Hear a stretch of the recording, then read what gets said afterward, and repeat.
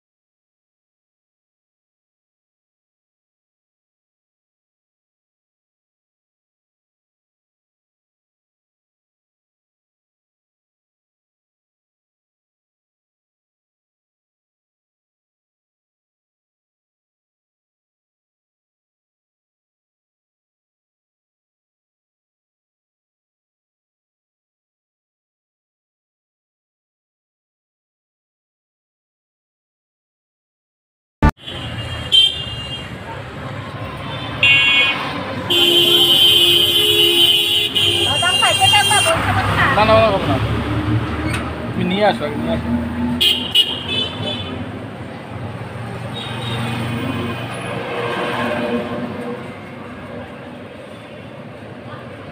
দই কেন নাই? দই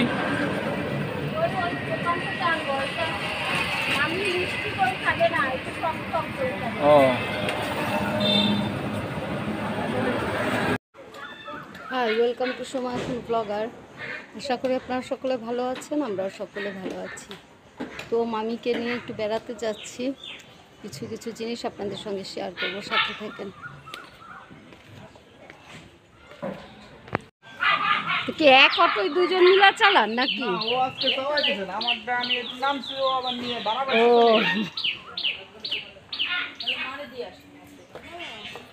ওই যে চলে আসবে এখনই দিদি, তুমি বাইরে বন্ধ করে দে। ও আসে না কাকে? তাহলে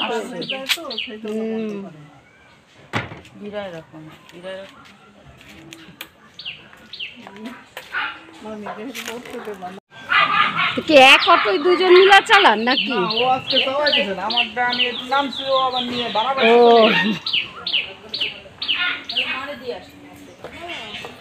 ওই যে চলে আসবে এখনই দিদি তুমি বাইরে বন্ধ করে দে ও আসে না কাকে তাহলে বিরায় রকম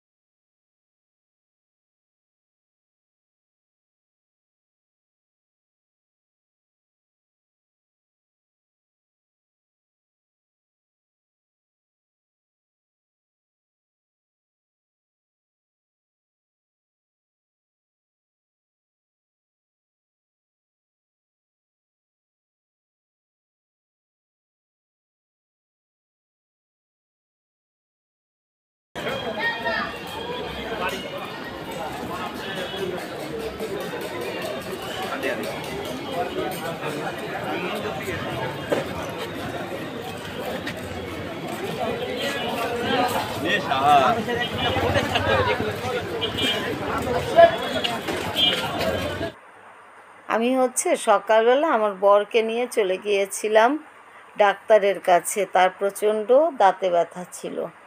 এই কাজ করতে করতে মামির মুখে শুনলাম যে মামির নাকি পা ফুলে গেছে, মামিকেও ডাক্তার দেখাতে হবে।